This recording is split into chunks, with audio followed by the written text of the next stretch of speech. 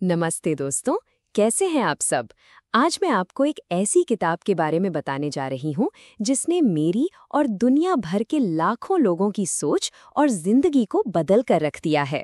इस किताब का नाम है feeling good the new mood therapy, जिसे लिखा है डॉक्टर डेविड डी बर्न्स ने। ये सिर्फ एक किताब नहीं है, बल्कि ये अपने आप में एक पूरा इलाज है, एक थेरेपी है जो आप खुद अपने ऊपर कर सकते हैं। सोचो, क्या कभी ऐसा हुआ है कि आप बिना किसी वजह के उदास महसूस कर रहे हो, या आपको बहुत ज्यादा चिंता हो रही हो, इतनी कि आप रात को सो भी ना पा रही हो, या फिर आपको ऐसा लग रहा हो कि आप किसी काम के नहीं हैं, आप में कोई कमी है और आप कभी सफल नहीं हो पाएंगे। हम सब कभी ना कभी ऐसे दौर से गुजरते हैं। डॉक्टर बर्न्स कहते हैं कि ये कोई दिमागी बीमारी नहीं है, ना ही ये आपकी कमजोरी है। ये अक्सर हमारे सोचने के तरीके की वजह से होता है। किताब का मुख्य विचार, हमारी सोच हमारी भावनाएं बनाती हैं। इस किताब का सबसे बड़ा और सबसे जरूरी मैसेज यही है, हमारी भावनाएं यानी फीलिंग्स हमारी सोच यानी थॉट्स का नतीजा होती हैं। इसका मतलब क्या है? इसका मतलब ये है कि आप जैसा सोचते हैं वैसा ही महसूस करते हैं। अगर आप लगातार नेगेटिव सोचते हैं तो आप दुखी, चिंतित या गुस्सा महसूस करेंगे। और अगर आप अपनी सोच को पॉजिटिव और रियलिस्टिक बनाते हैं तो आपकी भावनाएं भी बेहतर होने लगेंगी। सोचो, दो लोग एक ही सिचुएशन में हैं। एक का पर्स चोरी हो गया और वो सोचता है, मेरी तो किस्मत ही खराब है, मैं कितना लापरवाह हूँ, मेरे साथ हमेशा बुरा ही होता है। तो वो बहुत उदास और लाचार महसूस करेगा। वहीं दूसरा आदमी सोचता है, ठीक है, पर्स चोरी हो गया, बुरा हुआ, पर कम से कम मैं सुरक्षित हूँ, मैं पुलिस को रिपोर्ट करूंगा और आगे से सावधान रहूंगा। तो उसे बुरा लगेगा, लेकिन वो लाचार नहीं होगा, बल्कि सल्यूशन पर ध्यान देगा। सिचुएशन वही है, लेकिन सोच अलग है तो भावनाएं भी अलग हैं। डॉक्टर बर्न्स कहते हैं कि डिप्रेशन, एंजाइटी और लो सेल्फ एस्टीम असल में सोचने के तरीके की गलती हैं, जिन्हें वो कॉग्निटिव डिस्टॉर्शंस यानी दोषपूर्ण सोच कहते हैं। ये हमारे दिमाग में बैठे हुए ऐसे वायरस की तरह हैं जो हमारी सोच को गलत दिशा में मोड़ देते हैं और हमें बेवजह परेशान करते हैं। दोषपूर्ण सोच के पैटर्न्स, कॉग्निटिव डिस्टॉर्शंस। किताब का सबसे अहम हिस्सा है इन कॉग्निटिव डिस्टॉर्शंस को समझना।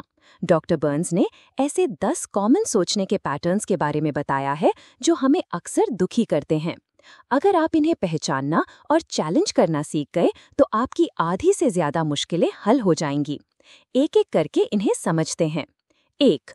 ऑल और नथिंग थिंकिंग। ये ऐसा सोचना है कि या तो सब कुछ परफेक्ट है या सब कुछ बर्बाद है, बीच का कोई रास्ता नहीं। अगर आप 99% अच्छे हैं तो भी आप खुद को 100% खराब मानेंगे अगर 1% भी गलती हो गई। उदाहरण, अगर मैं इस एग्जाम में टॉप नहीं आया तो मैं बिल्कुल बेकार हूँ, या अगर मेरे पार्टनर ने एक छोटी सी गलती कर दी तो हमारा रिश्ता बिल्कुल खराब है। दिक्कत, ये सोच हमें हमेशा निराश रखती है, क्योंकि कोई भी इंसान या कोई भी चीज परफेक्ट नहीं हो सकती। ये हमें खुद को और दूसरों को जज करने पर मजबूर करती है। 2. ओवर जनरलाइजेशन यानी अति सामान्यकरण। ये तब होता है जब आप एक छोटी सी बुरी घटना के आधार पर ये मान लेते हैं कि ये हमेशा ऐसे ही होगा। अगर एक बार बुरा हुआ तो हमेशा ही बुरा होगा। उदाहरण, आपने एक इंटरव्यू दिया और आपको नौकरी नहीं मिली। आप सोचने लगते हैं, मैं कभी कोई अच्छी नौकरी नहीं पा सकूंगा, या मेरी डेट अच्छी नहीं रही, अब मैं कभी प्यार नहीं ढूंढ पाऊंगी। दिक्कत, ये सोच हमें उम्मीद छोड़ने पर मजबूर करती है और हमें नए मौकों को आजमाने से रोकती है। 3. मेंटल फिल्टर यानी मानसिक फिल्टर। इस डिस्टॉर्शन में आप सिर्फ नेगेटिव चीजों पर ध्यान देते हैं और पॉजिटिव चीजों को पूरी तरह से इग्नोर कर देते हैं, जैसे आपके दिमाग में एक नेगेटिविटी का फिल्टर लगा हुआ हो। उदाहरण, आपकी किसी प्रोजेक्ट में बहुत तारीफ हुई, लेकिन किसी एक आदमी ने एक छोटी सी कमी बताई। आप सिर्फ उस कमी के बारे में सोचते रहेंगे और बाकी सारी तारीफों को भूल जाएंगे। दिक्कत, ये हमें दुनिया को एक डार्क और निराशाजनक जगह के रूप में देखने पर मजबूर करता है, भले ही उसमें बहुत कुछ अच्छा हो। 4. डिस्क्वालिफाइंग द पॉजिटिव, सकारात्मक को खारिज करना। ये मेंटल फिल्टर से थोड़ा अलग है। इसमें आप पॉजिटिव अनुभवों को पहचानते तो हैं, लेकिन उन्हें तुरंत खारिज कर देते हैं या उन्हें किसी और वजह से कमतर आनते हैं।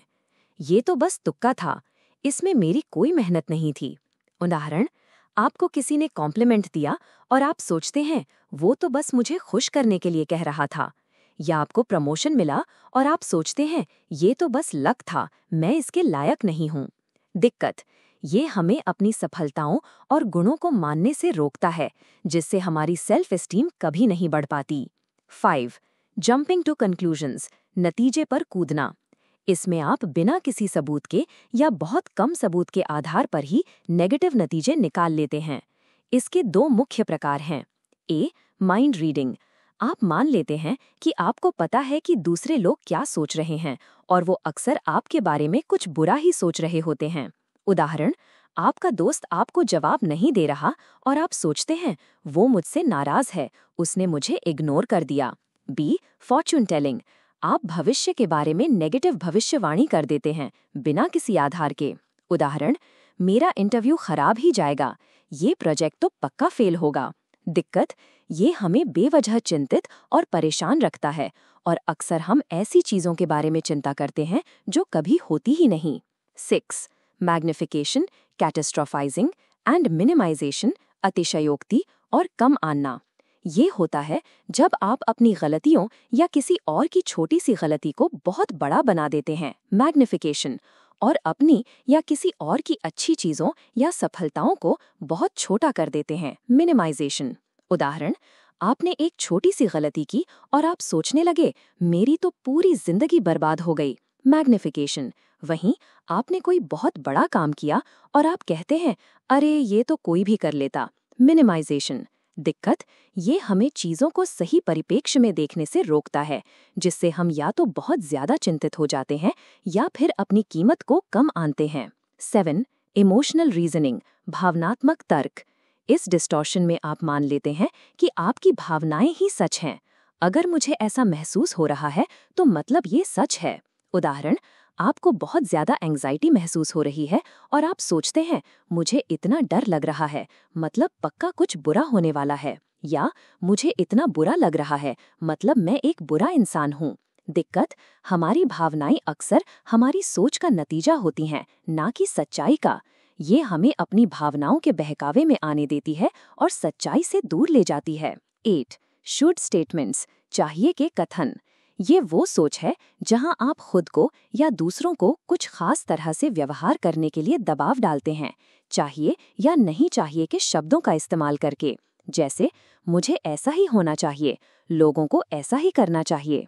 उदाहरण, मुझे हमेशा खुश रहना चाहिए, मुझे कभी गलती नहीं करनी चाहिए, उसे मेरी मदद करनी चाहिए थी। दिक्कत जब आप या दूसरे लोग चाहिए कि इन नियमों पर खरे नहीं उतरते तो आप खुद को या दूसरों को दोषी महसूस करते हैं। ये गिल्ट, शर्म, गुस्सा और निराशा पैदा करता है। 9. लेबलिंग एंड मिसलेबलिंग, नामकरण और गलत नामकरण। इसमें आप खुद को या दूसरों को एक ही नेगेटिव शब्द से लेबल कर देते हैं, बजाय इसके कि आप उस व्यक्ति के व्यवहार को देखें। उदाहरण, आपने एक गलती की और आप खुद को मैं एक लूजर हूँ या मैं एक फेलियर हूँ का लेबल दे देते हैं। या कोई और गलती करता है और आप उसे वो एक बेवकूफ़ है या वो एक मतलबी इंसान है का लेबल दे देते हैं।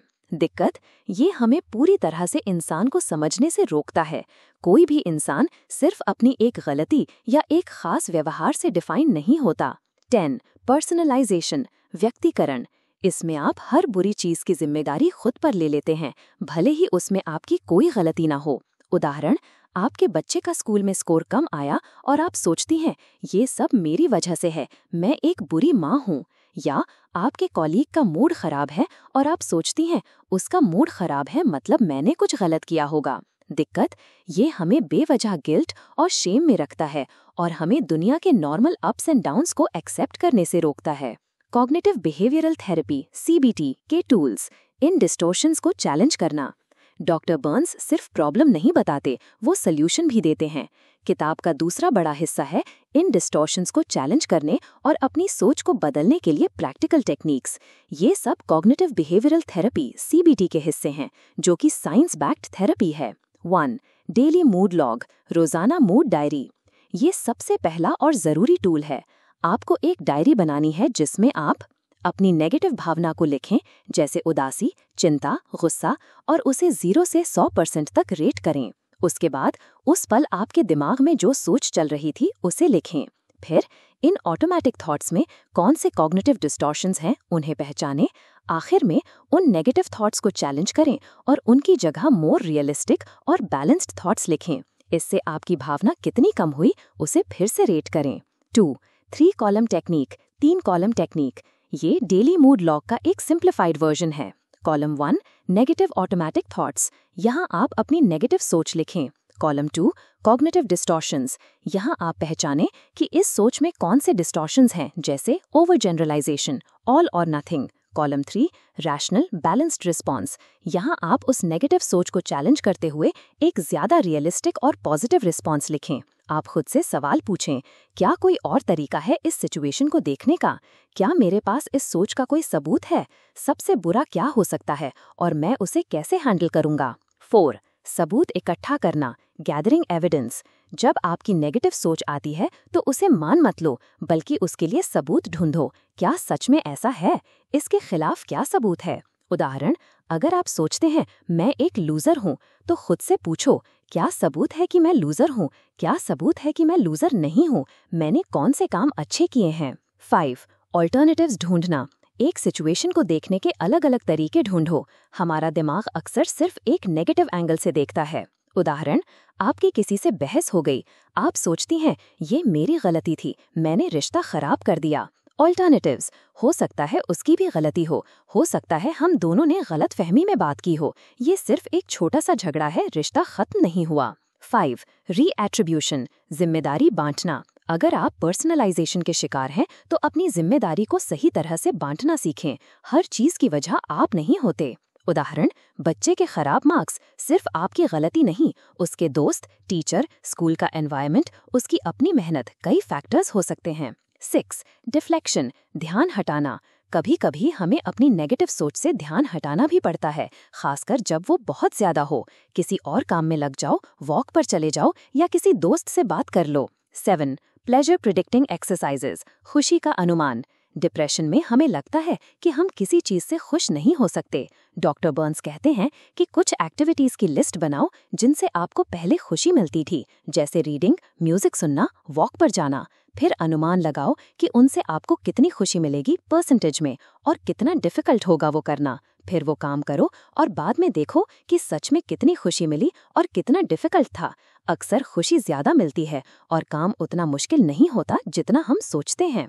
8 एंटी प्रोक्रास्टिनेशन शीट, काम टालने से बचने की शीट। जब हम डिप्रेस्ड होते हैं तो हम काम टालते हैं। ये शीट आपको अपने काम के लिए गोल सेट करने, उन्हें छोटे छोटे स्टेप्स में तोड़ने और हर स्टेप को पूरा करने पर खुद को रिवॉर्ड देने में मदद करती है। डिप्रेशन, एंग्जाइटी और सेल्फ एस्टीम से निपटना। किताब में डॉक्टर बर्न्स इन टूल्स को स्पेसिफिक मेंटल हेल्थ इश्यूज पर कैसे अप्लाई करना है ये भी बताते हैं। डिप्रेशन में हमारा मोटिवेशन कम हो जाता है और हम खुद को बेकार समझते हैं। यहाँ पर एक्टिविटीज को शेड्यूल करना, छोटे छोटे गोल्स सेट करना और अपने अंदर के नेगेटिव सेल्फ टॉक को चैलेंज करना बहुत जरूरी है। एंग्जाइटी में हम फ्यूचर के बारे में बहुत ज्यादा चिंता करते हैं और कैटास्ट्रोफिक थिंकिंग, सबसे बुरा होने का सोचना करते हैं। यहाँ पर फॉर्चून टेलिंग को चैलेंज करना, सबूत ढूंढना और अपने डर को एक रियलिस्टिक तरीके से देखना मदद करता है। Self esteem, low self esteem में हम खुद को कम आनते हैं और अपनी कमियों पर ज्यादा ध्यान देते हैं। यहाँ पर डिस्क्वालिफाइंग द पॉजिटिव और लेबलिंग को चैलेंज करना, अपनी अच्छाइयों को पहचानना और खुद को बिना शर्त के स्वीकार करना सीखना जरूरी है। रिश्तों में सुधार, इम्प्रूविंग रिलेशनशिप्स। डॉक्टर बर्न्स ये भी बताते हैं कि हमारे कॉग्निटिव डिस्टॉर्शंस हमारे रिश्तों को भी कैसे खराब करते हैं। माइंड रीडिंग, लेबलिंग और शुड स्टेटमेंट्स अक्सर मिसअंडरस्टैंडिंग्स और झगड़े पैदा करते हैं। जब हम अपनी सोच को ठीक करते हैं तो हम दूसरों को भी बेहतर तरह से समझ पाते हैं और उनके साथ ज्यादा अच्छे से कम्युनिकेट कर पाते हैं। हम उनकी गलतियों को भी ज्यादा प्यार से देखते हैं क्योंकि हम अपनी गलतियों को भी पहचान कर उन्हें ठीक करना सीखते हैं। निष्कर्ष, कंक्लूजन। फीलिंग गुड एक रेवोल्यूशनरी किताब है क्योंकि ये हमें सिखाती है कि हम अपनी दिमागी सेहत के लिए खुद कितने पावरफुल हैं। ये हमें बताती है कि आपकी भावनाएं आपकी सोच का नतीजा हैं। डिप्रेशन और एंजाइटी कोई कमजोरी नहीं, बल्कि सोचने के पैटर्न्स की गड़बड़ी है जिन्हें ठीक किया जा सकता है। कॉग्निटिव डिस्टॉर्शंस, दोषपूर्ण सोच को पहचानना और चैलेंज करना आपकी जिंदगी बदल सकता है। CBT टूल्स जैसे daily mode log, 3 column technique बहुत प्रैक्टिकल और इफेक्टिव हैं। आपको ठीक होने के लिए किसी और पर पूरी तरह डिपेंड होने की जरूरत नहीं। आप खुद अपने थेरेपिस्ट बन सकते हैं। अपनी सोच को बदलकर आप सिर्फ अपने मूड को ही नहीं, बल्कि अपनी सेल्फ एस्टीम, रिश्तों और पूरी जिंदगी को बेहतर बना सकते हैं। डॉक्टर बर्न्स की ये किताब कोई जादू की छड़ी नहीं है। ये एक अभ्यास है, एक प्रोसेस है जिसमें मेहनत लगती है। लेकिन अगर आप इसके टूल्स को ईमानदारी से अपनाते हैं तो आप अपनी जिंदगी को ज्यादा खुशी, शांति और कॉन्फिडेंस के साथ जी सकते हैं। आप अपनी दिमागी सेहत का कंट्रोल अपने हाथों में ले सकते हैं। तो अगर आप भी अपनी उदासी, चिंता या किसी भी नेगेटिव भावना से निकलना चाहते हैं तो फीलिंग गुड आपके लिए एक बेहतरीन शुरुआत हो सकती है। इसे पढ़िए, समझिए और सबसे जरूरी इसके अभ्यासों को अपनी रोजमर्रा की जिंदगी में उतारिए, क्योंकि असली बदलाव तभी आता है जब आप प्रैक्टिस करते हैं। धन्यवाद।